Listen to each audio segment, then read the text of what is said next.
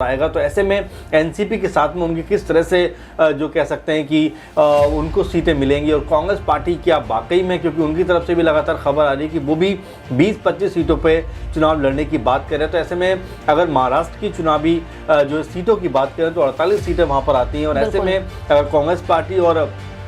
जो कह सकते हैं उद्धव ठाकरे वाली जो शिवसेना अगर वही 25-25 सीटों पर चुनाव लड़ेंगे तो 48 सीटों से भी ज़्यादा हो जाएगा। अब एनसीपी को आप इसमें कितनी सीटें देंगे, ये अपने आप में सबसे बड़ा मसला बनता हुआ नजर आएगा, क्योंकि आपस का जो कह सकते हैं सीट शेयरिंग का जो मसला है, हम बंगाल को क्यों भूल जाते हैं, इसमें वहाँ पर 42 सीटें हैं और वहाँ पर ममता बनर्जी लगातार अपना मुखर रुख अपना चुकी हैं। तो ऐसे में लगातार जो गठबंधन की नींव है अब यहाँ से वो हिलती हुई दिखाई पड़ रही है, क्योंकि कोई भी अपने राज्य में जहाँ पर उसकी सबसे अधिक चलती है वहाँ पर अपनी सीटें कम करने को राजी नहीं है। तो ऐसे में कांग्रेस पार्टी का जो कह सकते हैं कि पूरा का पूरा जो देखा जा रहा था बड़ी तस्वीर में मेरे ख्याल से वो उभर के सामने नहीं आ पाएगा।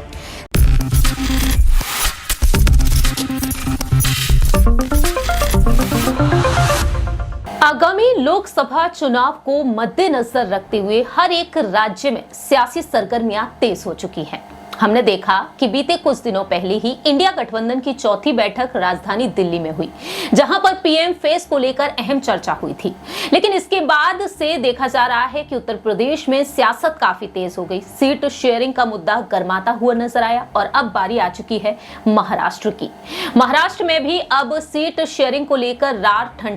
ठनती हुई दिखाई दे रही है। बड़ी वजह है कांग्रेस ने जिस तरह से यहां पर 22 सीटों को लेकर दावा किया है, लेकिन शिवसेना से उद्धव गुट की तरफ से 23 सीटों को लेकर दावा ठोका गया है। अब यहां पर सवाल खड़े होते हैं, एनसीपी प्रमुख शरद पवार का यहां पर क्या कुछ अहम फैसला हो सकता है।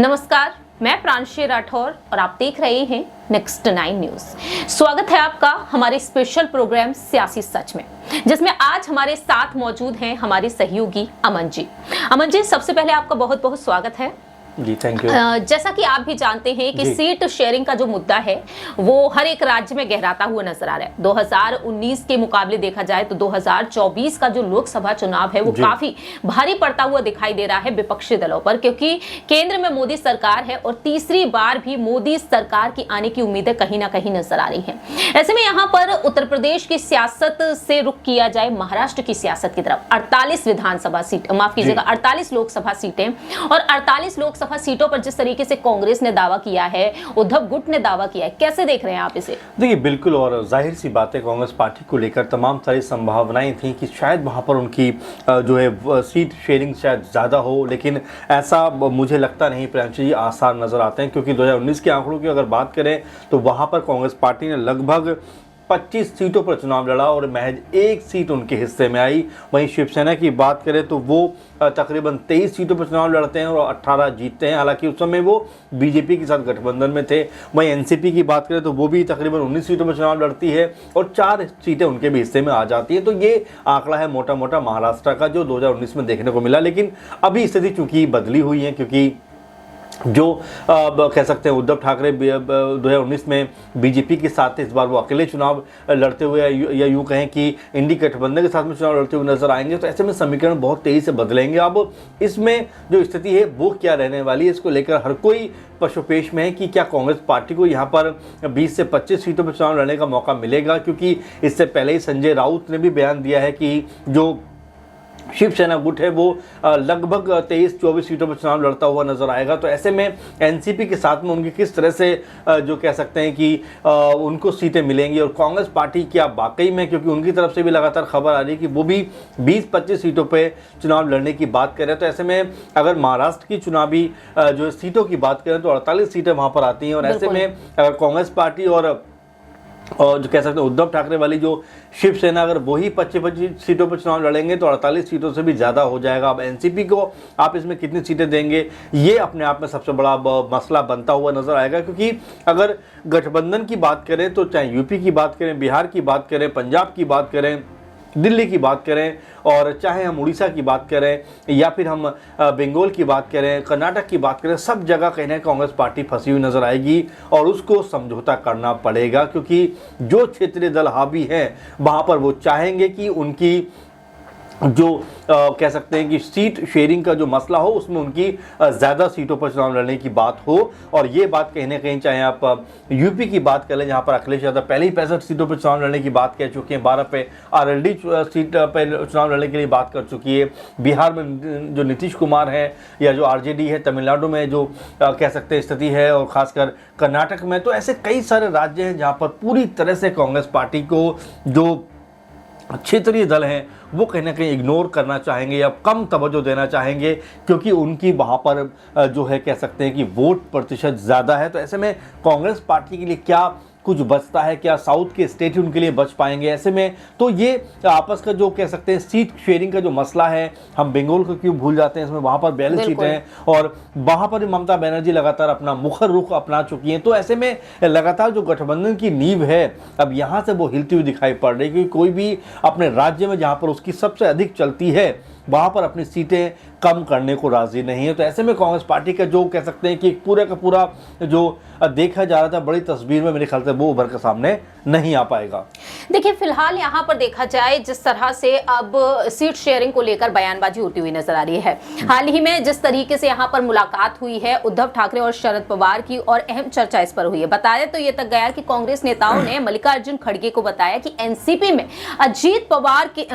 पवार के विद्रोह के बाद एकनाथ शिंदे के कारण शिवसेना में जो विभाजन हुआ उसके बाद से देखा जाए तो कांग्रेस अब यहाँ पर देखा जाए तो कई उम्मीदें लगाई बैठी हुई है यहाँ पर उद्धव गुट से भी, एनसीपी से भी, और कांग्रेस इस गठबंधन को मजबूत ही रखना चाहती है। दूसरी ही तरफ यहाँ पर देखा गया है साफ तौर पर कि नाराजगी जिस तरह से व्यक्त करते हुए नजर आए हैं शिवसेना से जो सांसद है संजय राउत, और नाराजगी व्यक्त की कि उनकी पार्टी लोकसभा सीटों में बंटवारे में 23 सीटें चाहती है, और खड़गे ने महाराष्ट्र के पार्टी नेताओं को गठबंधन और सीट बंटवारे के बारे में ऐसा कोई बयान नहीं देने की सलाह दी है।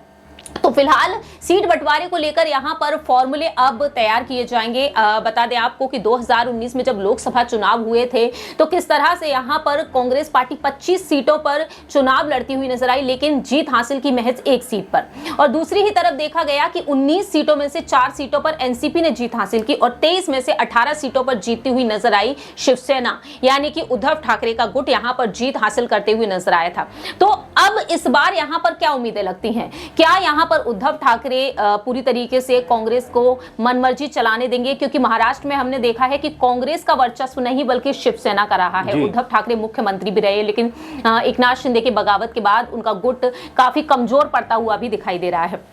तो क्या यहाँ पर उद्धव गुट और शरद पवार की रणनीतियां रंग ला पाएंगी, या फिर अगर बात यहाँ पर शरद पवार के लिए कर ली जाए, एनसीपी के लिए कर ली जाए, तो क्या यहाँ पर एक बार फिर से वह 19 पार्टी अपने खेमे की तरफ लाना चाहेंगे? मांग उनकी क्या कुछ हो सकती है? देखिए, बिल्कुल, और जाहिर सी बात है, आपने सही कहा कि भले ही अभी अगर देखा जाए तो चाहे एनसीपी की बात करें या उद्धव ठाकरे वाली शिवसेना की बात करें, 19 वाली ये पार्टियां नहीं है, क्योंकि आपस में जिस तरह टूट हुई है, आपस में जिस तरह बगावत हुई है, एकनाथ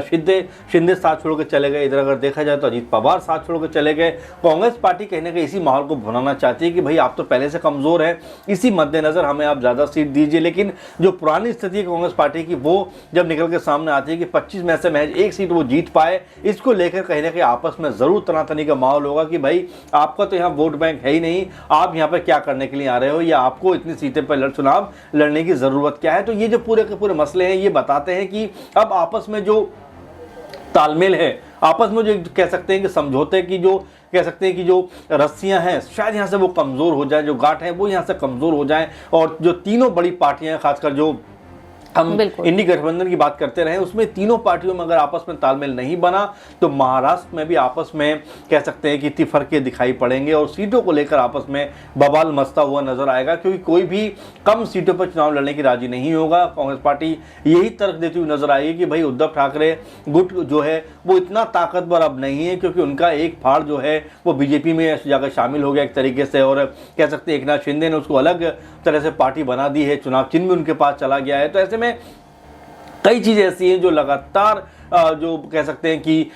शिवसेना के लिए भी दिक्कत की जड़ है। और वहीं अजीत पवार की बात करें, लगातार जिस तरह बीजेपी के साथ उनकी जुगलबंदी बनी है, उनके साथ वो शामिल हुए, तो उनकी भी ताकत वैसी नहीं है। तो यही लाभ है जो कांग्रेस पार्टी उठाना चाहती है। लेकिन मुश्किल ये है कि कांग्रेस पार्टी भी खुद वहां पर बहुत ज्यादा ताकतवर नहीं है। तो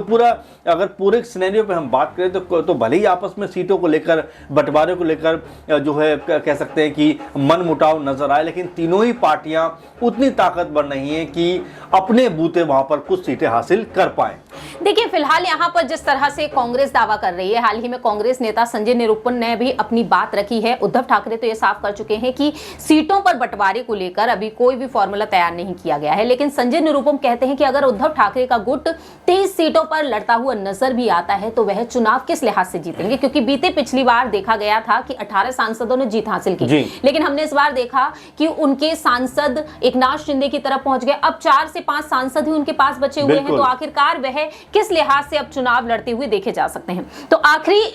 सवाल यहां पर यह रहेगा कि आखिरकार शरद पवार की अगली रणनीति क्या कुछ हो सकती है। क्या कांग्रेस के साथ एनसीपी की भी भिड़ंत देखने को मिल सकती है, क्योंकि एक वक्त वह भी कांग्रेस का हिस्सा रहे हैं, लेकिन सीट शेयरिंग को लेकर यहां पर जो मुद्दा गरमा रहा है, क्या शरद पवार का समर्थन वाकई में कांग्रेस के लिए दिखेगा या फिर उद्धव गुट के लिए, क्योंकि उद्धव गुट की तरफ उनका झुकाव काफी नजर आया। जब शिंदे ने बगावत की थी तब शरद पवार ने ही उन्हें सलाह दी थी कि समय से पहले ही आप अपनी पार्टी को संभाल लीजिए, नहीं तो बहुत ही बड़ा खेल हो सकता है, और ऐसा हुआ भी। तो अब आप यहाँ पर कैसे देख रहे हैं, आखिरकार शरद पवार का रुख किस तरफ रहेगा? देखिए, मुझे तो ऐसा लग रहा था कुछ दिनों पहले तो जैसे बीजेपी का रुख था कि जो अजीत पवार को अपने खेमे में ले आए, उसके बाद हो सकता है कि शरद पवार को भी ले आए कि भाई आप जो है मंत्रालय संभालिए और आप हमारे साथ आकर चलिए। लेकिन फिलहाल ऐसी उम्मीद अभी कम लग रही है। लेकिन देखिए, राजनीति में कुछ भी अगर मगर जो है वो बने रहते हैं, और लगातार शरद पवार को लेकर भी ये बात कही जाती रही कि वो बीजेपी के मंचों पर जाते रहें, उनसे मुलाकातें करते रहें, और ये भी कहा जाता रहा है कि अजीत पवार के जरिए लगातार शरद पवार की तरफ बीजेपी का जो निशाना है वो लगातार बना हुआ है कि उनको किस तरह से अपने खेमे में लाकर मिलाया जाए। तो अभी बहुत सारी जो कह सकते हैं उठापटक जो महाराष्ट्र की राजनीति में वो देखने को मिलती रहेगी, क्योंकि लगातार वहां पर एनसीपी जो है वो भी अपना वर्चस्व चाहेगी। और क्या वाकई जो शरद पवार हैं अपने भतीजे यानी कि अजीत पवार से बहुत ज़्यादा खफा हैं, या ये सिर्फ दिखावे की राजनीति हो रही है, क्योंकि यही कहा जा रहा है कि ना तो वो पीछे हट पा रहे हैं ना उससे आगे बढ़ पा रहे हैं। तो क्या शरद पवार की भूमिका भी क्या है, इसको लेकर भी लगातार निगाहें लगी हुई हैं। वहीं अगर कांग्रेस पार्टी की बात करें तो उनको पहले एक सीट मिली है, क्या वो अपनी सीटें बढ़ा पाएंगे, ये दूसरा सवाल है। वहीं उद्धव ठाकरे की बात करें तो वो जो पहले ताकतवर थे, 18 सीटें जीती थी, गिने चुने उनके पास सांसद बचे हैं, तो क्या एक बार फिर से वो खुद को मजबूत कर सकते हैं, ये एक बड़ा और अहम सवाल होने वाला है। फिलहाल महाराष्ट्र की जो राजनीति है प्रांशु जी पूरी तरह से उलझी हुई है, पूरी तरह से समझ से बाहर है, खासकर इन तीनों पार्टियों के हिसाब से अगर बात करें तो। अब ऐसे में बीजेपी को इससे क्या फायदा होगा, क्योंकि वो भी समझ रहे हैं कि तीनों ही पार्टियां कमजोर हैं, और ऐसे में वो करारा हमला महाराष्ट्र में कर सकते हैं, क्योंकि उनके साथ एकनाथ शिंदे हैं और अजीत पवार भी हैं। वाकई में अब देखना होगा आने वाले समय में आखिरकार महाराष्ट्र की सियासत क्या कुछ नया मोड़ लेती है, क्योंकि 2024 में लोकसभा चुनाव तो होंगे ही, लेकिन महाराष्ट्र में विधानसभा चुनाव भी है। मालूम हो कि बीते पिछले साल शिवसेना 2 गुटों में बंट गई, एक तरफ एकनाथ शिंदे का गुट, दूसरी ही तरफ उद्धव गुट, और इस साल देखा गया कि एनसीपी 2 गुटों में बंट गई। अजीत पवार यहां पर 40 से अधिक विधायकों के साथ एनडीए में शामिल हो गए। अब देखना होगा कि आखिरकार सीट शेयरिंग किस तरह से होती हुई नजर आएगी। इस पूरे ही राजनीतिक प्रकरण पर आपकी क्या कुछ राय प्रतिक्रिया है, कमेंट सेक्शन में आप बता सकते हैं। फिलहाल के लिए हम चलते हैं, बाकी की तमाम अपडेट्स के लिए देखते रहिए नेक्स्ट 9 न्यूज।